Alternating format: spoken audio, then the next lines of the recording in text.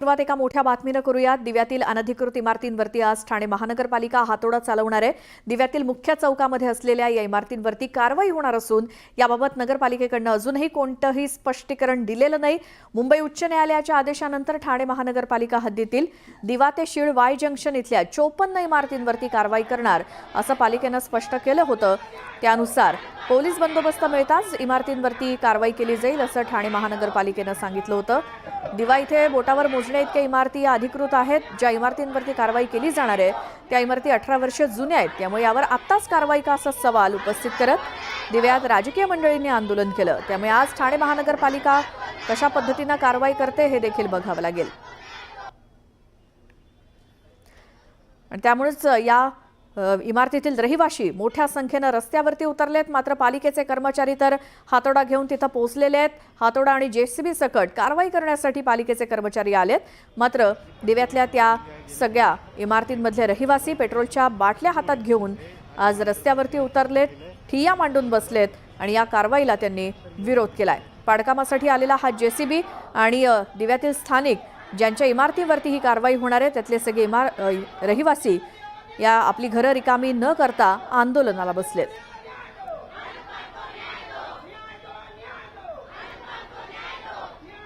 TMC एका महिन्यात ठरवते का इथे दिवा चौकातली आनंद पार्क अशी बिल्डिंग नावाची बिल्डिंग आहे जी अनधिकृत आहे आणि जिला तोडण्याचा प्रयत्न करते। एका महिन्यामध्ये 4-4 वेळा कारवाई येतात, जेणे कुठलीही प्रकारची कोर्टाची हायकोर्टची नोटीस नाहीये डेमोलिशनची, त्याच्यासाठी तरी सुद्धा इथे येतात। आम्ही त्यांना सुद्धा जबाब विचारला, बाबा तुम्ही काय इथे येतात तोडण्यासाठी, नक्की तुमचा काय अट्टा आहे? आम्हाला गरज नाही राहणार तर आम्ही राहणार कुठे, करणार काय? आम्ही पैसा कशासाठी लावला इथे? आमच्याकडे पैसा नसताना आम्ही दिव्यात का घर घेतो? माणूस दिव्यात स्वस्त घर आहेत म्हणूनच दिव्यात घर घेतो ना। मुंबई सारखी घेण्याची आमची ऐपत असते तर आम्ही मुंबई साईडला घेतली असते। जुनी बिल्डिंग सापडली आहे की जी अनधिकृत आहे असं ते म्हणतायत। मग आता जे अनलिगली काम चालू आहे त्याच्यावर हातोडा का फिरवत नाहीये?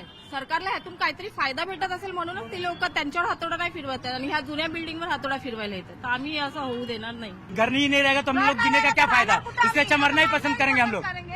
हम लोगों को इससे अच्छा पहले फांसी दे दे, इसके बाद क्या आत्महत्या करेंगे। दिव्यामध्ये अनधिकृत इमारती म्हणजे जे यांच्या शब्दाच्या बाहेर आहेत, जे यांना स्लॅब मागे पैसे देत नाही त्यांच्यावरच कारवाई केली जाते।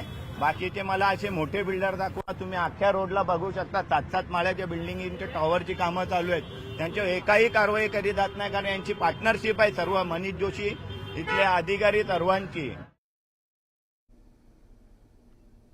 आमचे प्रतिनिधी विनय म्हात्रे तिथे उपस्थित आहेत। विनय, आत्ताची काय परिस्थिती आहे तिथली? नक्कीच आपण बघू शकतो की दिव्यामधली जी परिस्थिती आहे, कारण नागरिक एवढे संतप्त आहेत, कारण गेले त्यांची आयुष्यभराची पुंजी लावून त्यांनी ती घरं घेतली होती। स्वस्तात घरं मिळतात म्हणून मुंबई सोडून ते दिव्यापर्यंत पोहोचले होते आणि आज त्यांच्या इमारतीवरती, त्यांच्या घरांवरती आज बुलडोजर फिरणार आहे। आपल्यासोबत खासदार नरेश मस्केर, आपण त्यांच्याशी बोलूया। काय सांगाल? परिस्थिती खूपच गंभीर आहे, कारण लोकांनी आयुष्यभराची पुंजी लावली आहे आणि आज त्यांचे घर उद्ध्वस्त होणार आहेत। दिव्यामधली परिस्थिती आज दिव्यात आहे, कल्याण डोंबिवलीमध्ये आहे, भविष्यामध्ये आणखी बऱ्याच ठिकाणी अशा पद्धतीच्या कारवाया होणार आहेत, अशा पद्धतीच्या बातम्या आहेत। दिव्यामध्ये जी परिस्थिती आहे, कल्याण डोंबिवलीमध्ये जी परिस्थिती आहे, याच्यामागची कारणं बरीचशी अशी दिसून येत आहेत की कोर्टामध्ये तो जमीन मालक त्या ठिकाणी जातो, सडनली 10 वर्ष 15 वर्ष झाल्यानंतर कोर्टामध्ये जातो आणि सांगतो की माझ्या जागेवरती अनधिकृत बांधकामं आहेत, अनधिकृत इमारती उभ्या आहेत, अनधिकृत चाळी उभ्या आहेत। कोर्ट आदेश देतं महानगरपालिकेला की मी योग्य ती कायदेशीर कारवाई करा आणि मग महानगरपालिका ती कारवाई करायला पुढे जातं। बऱ्याचदा महानगरपालिका कारवाई करत नाही, कारण त्या ठिकाणी लोक राहत असतात, इमारती असतात, 15-15, 20-20 वर्ष त्या ठिकाणी गरीब लोक राहत असतात आणि मग महानगरपालिकेच्या आयुक्ताला दंड होतो, त्यांच्यावरती ऑर्डर पास केली जाते आणि त्यामुळे मग महानगरपालिका कुठेतरी कारवाई करण्याकरता पुढे जाते। परंतु जो माणूस जो कोर्टात गेलेला आहे, जो मूळ मालक जो कोर्टात जातो, त्याचा हेतू फार चुकीचा असतो। 15 वर्ष त्या ठिकाणी चाळ उभी आहे, 15 वर्ष इमारत उभी आहे, त्यावेळी तो झोपलेला असतो का? त्यावेळी तो झोपलेला नसतो।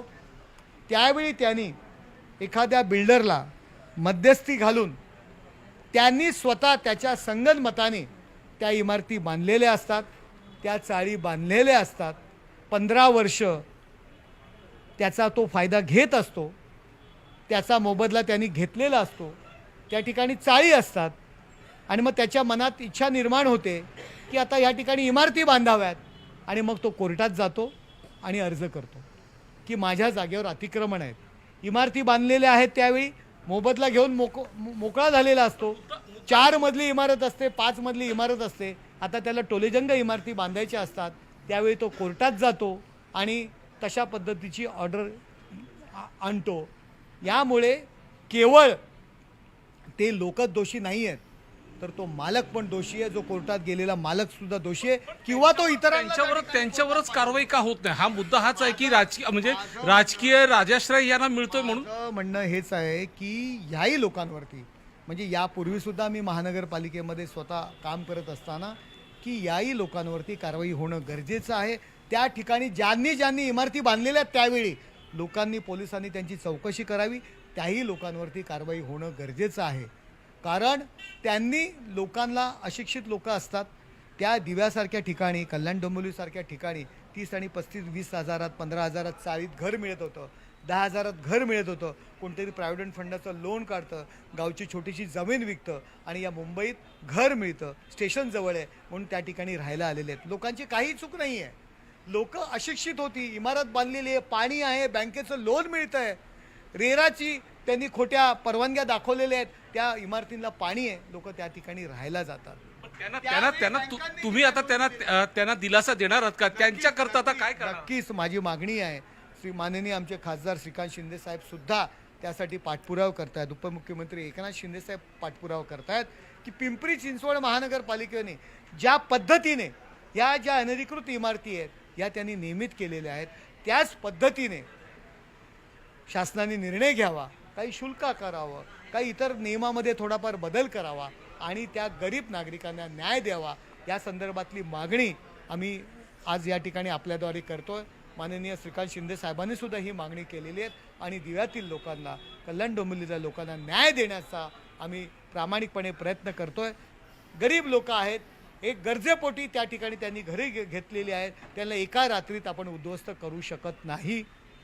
काय पण आज बैठक आहे त्या संदर्भातली मुंबईमध्ये आमचे महानगरपालिकेचे आयुक्त आणि हे सर्व जाणार आहेत आणि त्या संदर्भात त्यांनी त्यांची भूमिका सुद्धा त्या ठिकाणी सांगणार आहेत. आम्ही सुद्धा मागणी केलेली आहे की अशा पद्धतीने ती घरं नियमित करावी. यापुढे अनधिकृत बांधकाम होणार नाही याची आपण काळजी घ्या, परंतु 15-15 वर्ष, 20-20 वर्षापासून ती लोक राहत आहेत. गरजेपोटी त्यांनी ती घरं घेतलेली आहेत, ती अनधिकृत आहेत, यावरती दुमत नाही.